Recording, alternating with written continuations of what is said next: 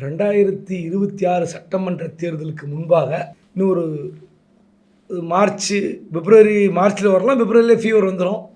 இந்த 6 மாதங்களில் ஜனவரிக்குள் 6 அமைச்சர்களை காலி செய்ய வேண்டும் என்று ஈடிக்கு இபிஎஸ் உத்தரவிட்டிருக்கிறார்.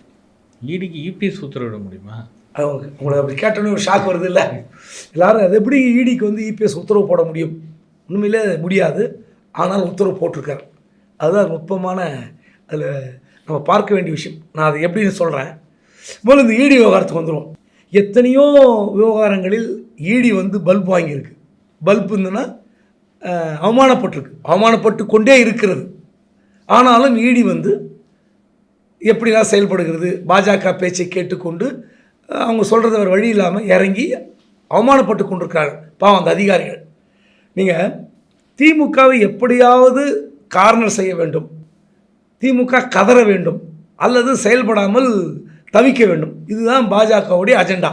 இப்போ பாஜக அஜெண்டாவோட இபிஎஸும் அந்த கூட்டில் இணைந்து விட்டார். ஒன்று.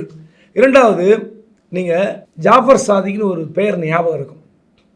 இந்த ஜாஃபர் சாதிக் 1000 கோடி ரூபாய் போதைப்பொருள் ஊழல் வழக்கில் கைதானதாக மத்திய அந்த போதைப்பொருள் தடுப்பு பிரிவு அதிகாரி ஞானேஸ்வர் அவர் வந்து பத்திரிகையாளர் சந்தித்தார் கைது பண்ண பிறகு. அந்த வழக்கில் ஞானேஸ்வர் இப்போ என்ன ஆனார்? அந்த போதைப்பொருள் தடுப்பு பிரிவிலிருந்து அவரை வந்து ஏன் விடுவித்தார்கள்? யாருக்கா தெரியுமா?